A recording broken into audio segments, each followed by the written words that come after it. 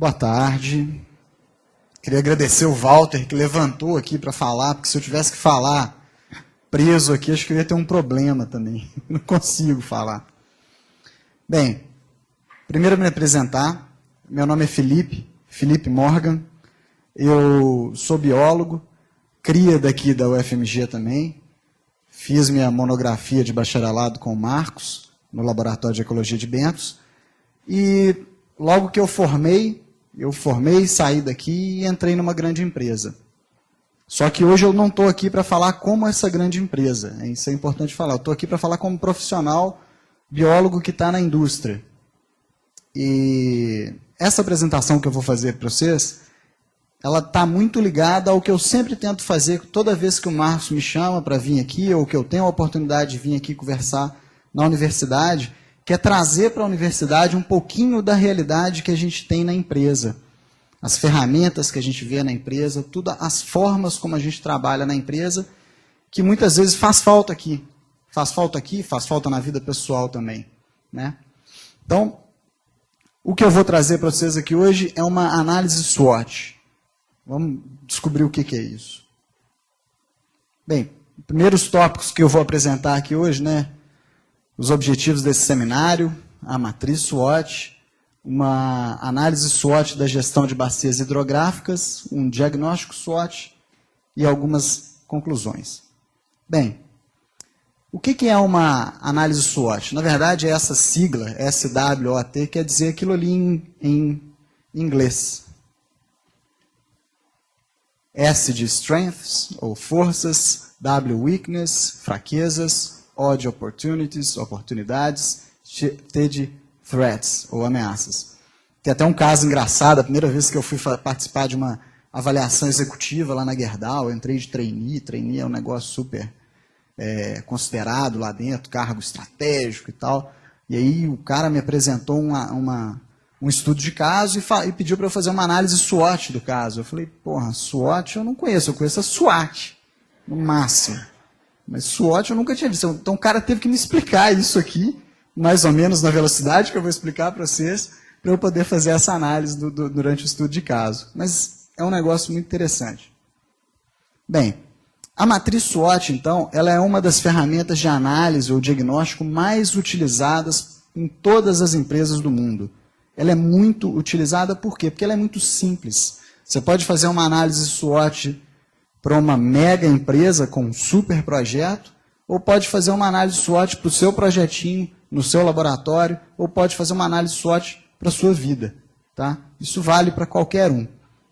Supostamente, a análise SWOT, nesse formato, com essa sigla, surgiu na década de 70, lá dentro da escola estratégica do planejamento estratégico. Supostamente foram pesquisadores de Harvard que definiram essa sigla e esse formato de análise. Mas se a gente voltar um pouquinho, quem já viu esse cara aqui, ou já leu alguma coisa sobre a arte da guerra, Sun Tzu, pode ver que dentro do livro dele, dentro do livro que a gente lê, né, mas antes do livro, as epígrafes dele, existem várias citações semelhantes à análise SWOT. Sun Tzu falava que você tinha que ficar o tempo todo atento aos seus pontos fortes, aos seus pontos fracos, identificar as oportunidades e as ameaças do ambiente externo. Bem, essa análise que eu vou fazer aqui então, né, eu poderia fazer, igual eu falei, uma análise SWOT você pode fazer para qualquer coisa. Qualquer coisa você pode fazer uma análise desse tipo. Essa análise SWOT eu estou fazendo aqui, como eu vim da empresa, a gente vai fazer, como exemplo, uma análise SWOT de uma empresa ligado ao tema da gestão de bacias hidrográficas. Quando a gente avalia os pontos fortes e os pontos fracos, eu estou fazendo uma análise interna do meu processo, seja da minha empresa ou seja de mim mesmo, se essa análise for para mim. E as oportunidades e as ameaças são aqueles pontos que vêm do ambiente externo, onde a gente realmente não tem nenhum tipo de ação. Então, pensando em termos de indústria, ou uma empresa qualquer, quais poderiam ser os meus pontos fracos lá na indústria, quando eu estou pensando em termos de gestão de bacia hidrográfica? Primeiro, eu posso ser um tipo de indústria que tem um consumo excessivo de água, né? Independente da indústria, independente do processo, a gente sabe que qualquer processo vai ter um consumo de água, né? Pode ser mais, pode ser menos, mas qualquer empresa vai consumir água. E essa água vai ter que vir de algum recurso, de alguma fonte, né? O segundo grande ponto fraco que a gente observa pode ser a questão dos efluentes líquidos sem um tratamento adequado. Eu sempre falo isso nas palestras, nos treinamentos que a gente ministra lá na empresa, na minha organização, que efluente sempre existe. E efluente não some, né? As pessoas acham que as coisas somem. No decorrer do desenvolvimento da nossa sociedade, sei lá, do jeito que a gente está hoje, as pessoas não têm mais o conhecimento de rio, ninguém sabe mais aquele rio que passa ali, para onde que ele vai, de onde que ele vem, né? Então, o pessoal acha que efluente some, mas não some, ele vai parar em algum lugar.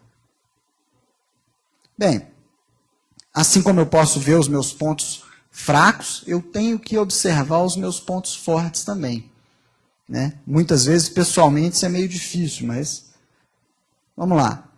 Uma empresa que tem um alto potencial de recirculação e reutilização de efluentes. Isso é um ponto forte para ela, né? Um ponto forte, porque a partir do momento que eu recirculo a água que eu capto, que eu estou ali tratando os meus efluentes para lançar o mínimo possível reutilizar, eu estou consumindo menos e estou lançando menos. Que ali na frente eu vou explicar um pouquinho a importância de você ter esse tipo de controle. E o tratamento efetivo dos efluentes gerados nos meus processos. Ou seja, se eu não tenho condição de captar, de reutilizar um efluente no meu processo, eu tenho que ter, no mínimo, condições de tratar esse efluente. Afinal de contas, a gente tem que seguir uma série de procedimentos, né, e padrões ambientais que a gente tem para condições de efluente. E, além disso, né, eu não posso lançar um efluente de qualquer forma. Esse efluente ele vai desaguar em algum lugar, igual eu falei, efluente não some. E nesse lugar onde ele vai cair, ele não pode alterar essa qualidade do rio. É claro que a gente viu aqui, o pessoal falou antes na palestra do Manuel, a questão da nossa classificação. A nossa classificação hoje é totalmente baseada na utilização. Então, se o córrego que está logo depois do meu empreendimento é um córrego que já está impactado, aos olhos da empresa isso é uma vantagem. Aos olhos da empresa isso é uma vantagem porque o efluente que eu vou lançar, a chance dele alterar a qualidade daquele córrego é muito pequena. Então, se eu tiver um tratamento efetivo, isso pode ser um ponto forte da minha empresa. Bem, então, como eu estava falando, ameaças e oportunidades, aí sim, essas são perigosas. Por quê? Porque elas são o ambiente externo. Se é do ambiente externo, eu não vou ter condições de trabalhar em cima disso, né? Eu tenho que me precaver. Hoje, a principal ameaça para qualquer empreendimento é a questão da baixa disponibilidade de recursos hídricos, né? O Walter estava falando ali a questão de captar água, né? Eu não vou captar água ruim. Se eu puder captar água boa, vai ser muito melhor. Eu vou tratar essa água por um valor muito mais baixo e vou fornecer uma água de muito melhor qualidade, né? Mas nem sempre isso é possível. Mas, independente dessa baixa disponibilidade, o que está acontecendo hoje? Hoje nós estamos aqui com vários representantes de comitês de bacia. Os comitês de bacia são hoje uma estrutura extremamente importante que está trazendo para a gente, está aumentando muito o poder de decisão das pessoas. Eu estava conversando com o Rodrigo, representante aqui do Velhas, que trabalha junto comigo no subcomitê do Rio Itabirito, a questão de tanto que o comitê de bacia está aumentando o poder de decisão, lembrando daquele gráfico que o João Carlos mostrou primeiro, né, aquele gráfico dos stakeholders, onde a gente tinha a relação entre poder e interesse, né? Quando a gente pensa nos comitês, a gente pensa nos usuários. Os usuários, a primeira coisa que eles têm é interesse, mas muitas vezes eles não têm poder. O comitê de bacia surge como uma grande ferramenta para aumentar o poder desses usuários, né? Da gente aumentar a nossa participação nessas decisões. Então, mas independente disso, vou mostrar um pouquinho ali da cobrança pelo uso da água, que alguns comitês já estão adotando. Nesse exemplo nosso aqui, deixa eu passar aqui para frente para eu ver melhor também, que eu não gosto de ficar lendo no computador. Uma simulação simples, tá? Esse formato de cobrança que eu estou apresentando aqui é o formato de cobrança mais comum que se tem hoje nos comitês onde já existe a cobrança de água. Como é que funciona essa cobrança? Primeiro você tem uma cobrança em cima da outorga. Outorga, se alguém aqui não sabe o que é uma outorga, é sempre legal a gente explicar, mas outorga é aquele documento que vai te falar o tanto que você pode captar daquele corpo d'água onde você está tirando água para o seu processo. Seja uma outorga de um rio, seja uma outorga de um reservatório, seja uma outorga de um poço de água subterrânea. Mas a primeira cobrança é em cima da outorga. Então, nesse caso aqui, a minha empresa tinha uma outorga de 1 metro cúbico por segundo. A cobrança, hoje, está em média de 1 centavo por metro cúbico por segundo. Né? Isso é a minha outorga, quanto que eu estou autorizado a retirar. Não necessariamente o que eu estou retirando. Tá? Então, eu vou pagar em cima do que eu tenho, do que eu posso retirar 1 centavo, nesse caso aqui, 1 metro cúbico por segundo, 1 centavo por metro cúbico por segundo. Isso aqui daria um resultado de R$ 25.920 por mês para essa empresa. Só que a cobrança não está só aí na outorga, né? Ela está também baseada no consumo. Como que o consumo é calculado? Eu pego a minha outorga menos o volume do meu efluente. Então, eu tenho permissão de tirar 1 metro cúbico por segundo, e estou lançando 0,1 metro cúbico por segundo, isso dá 0,9 metro cúbicos por segundo. Nesse caso, o valor é um pouco mais alto, 2 centavos, me dá um valor de R$ 46 mil por mês. E eu vou pagar também em cima do lançamento, ou seja, aquele efluente que eu estou lançando, se ele tiver uma carga de DBO em cima dele, eu vou pagar em cima dessa carga. Então, vamos supor, esse lançamento meu aqui tinha uma carga relativamente alta, de 1.290, pulei ali um número, mas era 1.290 quilos de DBO por mês, a um valor de 0,7, ou seja, 7 centavos, isso vai dar R$ 907 por mês, vai dar um total de R$ 73 mil por mês, que no ano vai dar um valor de 800 e tantos mil reais. Né?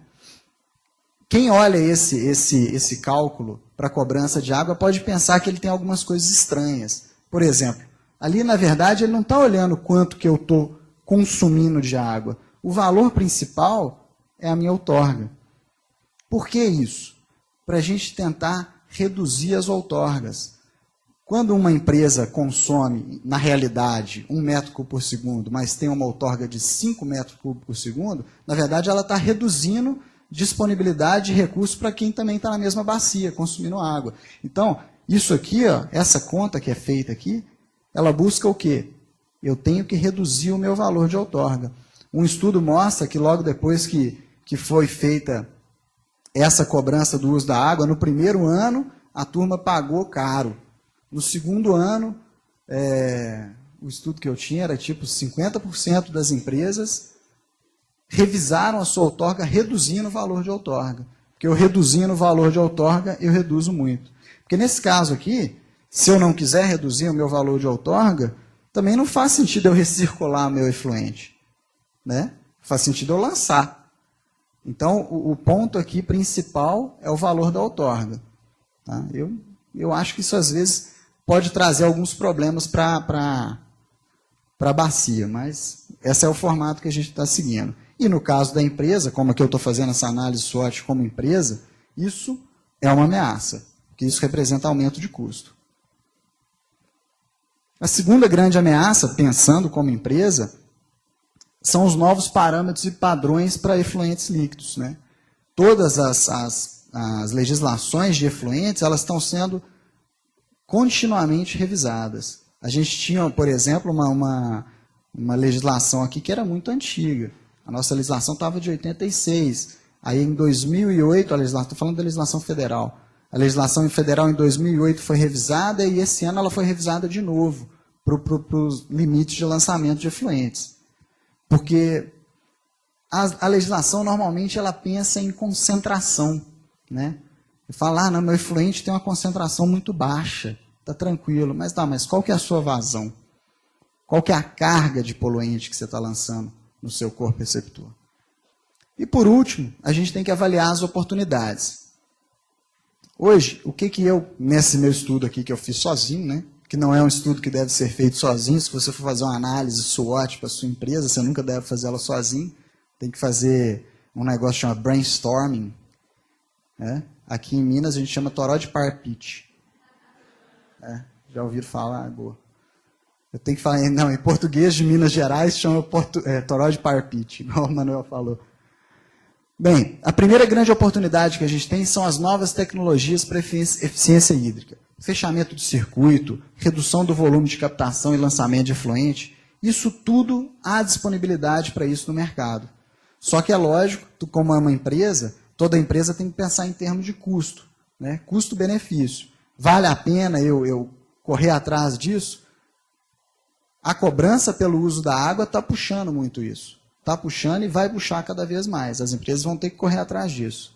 Segundo dela, relacionamento com partes interessadas. Seria, por exemplo, a participação efetiva em comitês de bacia. Toda empresa, como é uma consumidora, ela tem a opção de participar do comitê de bacia. Né? Eu, por exemplo, sou representante da empresa que eu trabalho no subcomitê de bacia do Rio Itabirito. A gente foi convidado a participar, só que a empresa tem que ir lá e tem que participar. Né? Qual que é a importância dela participar? No comitê de bacia participam várias entidades, sendo elas as entidades sociais, as entidades das empresas e as entidades públicas. Se a empresa está lá, se a empresa está discutindo, se a empresa tem a condição de participar dessas discussões, ela só tem a ganhar. Primeiro, porque ela vai conhecer e ter condição de estar mais perto dos seus stakeholders. Aí eu lembro de novo o gráfico que o João Carlos mostrou. Né? Aquele gráfico, para uma empresa, ele é extremamente importante. Extremamente importante. A gente tem que conhecer aquelas pessoas que estão sofrendo a influência do que a empresa faz. Então, a participação efetiva é muito importante.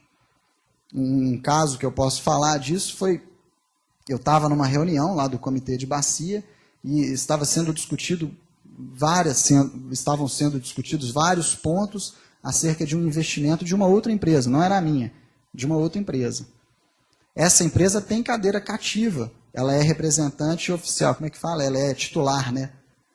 Ela era titular nesse comitê de bacia, porque eu não sou nem titular lá, eu sou reserva. Mas essa empresa era titular, e o pessoal estava discutindo ferrenhamente as questões sobre esse empreendimento. E o cara não estava lá, o representante da empresa não estava nessa reunião. Né? Eu não podia defendê-lo, porque eu estava na minha empresa. Né? Mas essa participação é extremamente importante. E esse relacionamento, então, eu enxergo ele como uma grande oportunidade para as empresas. Terceira grande oportunidade, a parceria com as universidades ou outras instituições de pesquisa, não só a universidade. Né? A gente está falando aqui o tempo todo de grandes melhorias que você pode ter no seu processo. A principal fonte de melhoria chama inovação. Né? Esse nosso debate aqui hoje está muito focado no termo de gestão, que eu vou falar disso também no final. A gente está falando de gestão, a gente falou de sustentabilidade, mas hoje o termo mais em voga, o termo mais na moda, é inovação. Que pouca gente até sabe o que quer dizer. Eu não vou me atrever aqui a definir inovação, mas eu sei que para inovar você tem que fazer diferente. Se você quiser fazer diferente, você precisa de capital. Capital humano, capacitado. E onde que esse capital humano capacitado está trabalhando fortemente? Aqui na universidade. Nas universidades, nas instituições de pesquisa. Aí eu cito de novo o Walter, falou aqui, né? Pô, mas o pessoal, alguém te perguntou, o que a universidade está fazendo, o que a universidade está pondo para fora? É por isso que a gente tem que aumentar a transdisciplinaridade. A universidade está cheia de ideias. A empresa está louca, precisando de ideias. E a comunidade, a sociedade, está precisando mais ainda dessas ideias. Então, essa é a grande oportunidade que eu vejo para a gente hoje.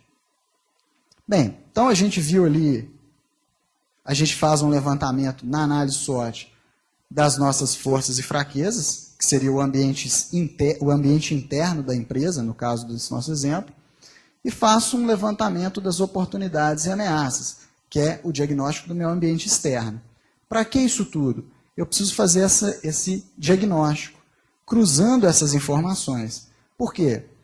Porque se eu tenho uma grande força, e essa força está ligada a uma oportunidade, eu enxergo aqui uma grande possibilidade de alavancagem de capacidade ofensiva para o que eu estou precisando fazer. No caso da empresa é crescer, produzir e tal. Agora, e se eu tenho uma força e eu tenho uma ameaça externa? Aí isso reflete capacidade defensiva. Então, se eu tenho uma força, eu estou aqui preparado internamente e identifiquei uma ameaça vindo, eu posso me defender. Isso é extremamente importante.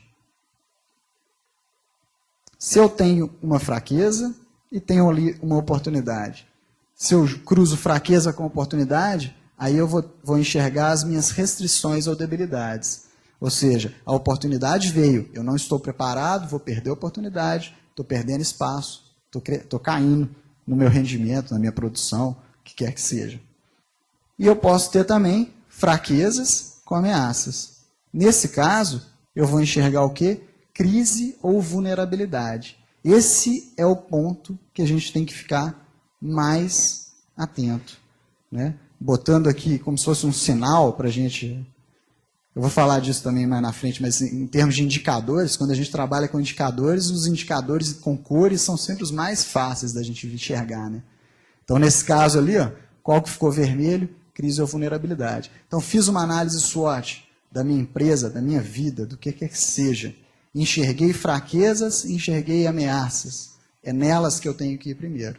Porque primeiro eu tenho que preocupar em não morrer, para depois preocupar em crescer. Ok? Bem, conclusões. Eu estava comentando mais cedo, no horário do almoço, que o interessante de você ser um dos últimos a apresentar é que você pode sempre fazer um upgrade na sua apresentação, né? E usar tudo que os outros já usaram, aí você aproveita para melhorar a sua. Bem, então, baseado no que eu já tinha trazido de casa, e mais o que a gente discutiu aqui de manhã, eu cheguei a conclusões um pouco diferentes do que eu já tinha trazido sozinho, né? Pensando lá em casa, fazendo essa apresentação. Primeira coisa que a gente tem que trazer de conclusão dessa discussão nossa. Gestão versus administração. O termo gestão está muito em voga, muito claro, né? Hoje a gente fala gestão de pessoas, gestão de bacias hidrográficas, gestão de custos, gestão de orçamento, gestão de tudo. O que quer dizer gestão?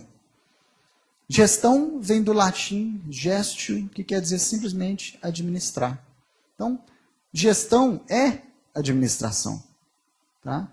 E qual que é o grande problema que eu vejo e que é o ponto que eu trago aqui, que está alinhado àquela primeira coisa que eu falei, que foi de toda vez que eu venho na universidade, eu tento trazer coisa da empresa. Porque na empresa o pessoal está o tempo todo preocupado com isso. Na empresa o pessoal está o tempo todo preocupado com a administração. A gente tem que dar resultado. Porque se você não der resultado, o acionista tira o dinheiro. Se o acionista tira o dinheiro, a empresa morre. Né? E isso não pode ficar só na empresa. Essas ferramentas que a gente conhece não podem ficar só lá. Elas têm que vir para cá.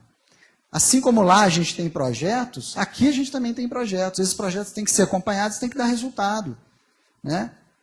No passado, isso eu vi lá, logo que a gente fechou uma parceria com uma universidade, a primeira parceria que eu fechei lá com uma universidade, o grande medo que os diretores tinham era assim, não, mas vai fechar com a universidade, então não vai render, não vai sair, ou então vai sair um negócio que ninguém vai entender. Né? Por quê? Ah, não, porque a universidade, eles não falam a mesma língua que a gente. E realmente, às vezes, a gente não fala. Numa das minhas últimas reuniões com a equipe do Calixto, eu falei, gente, a gente precisa fazer uma apresentação, pegar esses resultados de 6 anos de projeto que a gente tem em parceria, mas eu preciso fazer uma apresentação que até gerente entende. Porque gerente não entende, né? Normalmente. Então, esse é um dos recados que eu trago hoje aqui. Tá? Eu apresentei uma ferramenta que chama análise SWOT, que é uma ferramenta que serve só para você fazer uma análise de ambiente, micro e macroambiente, interno, externo. Tá? E lembrando um cara que fala na televisão de vez em quando, aquele Max Geringer, né? Quem assiste Fantástico fala, aí ele fala lá direto, mas o Max Geringer falou lá outro dia que se o seu filho vai fazer vestibular agora e ele não tem a menor ideia do que ele vai fazer, bota ele para fazer administração. Porque pelo menos alguma coisa ele vai aprender. E o que ele aprender, ele vai ter que usar. Né? E eu acho, hoje, cada vez mais, desde que eu saí da universidade, com meu diplominha de biologia debaixo do braço, e cada vez mais que eu estudo, cada vez mais que eu aprendo essas coisas, eu vejo que todo mundo tinha que aprender administração.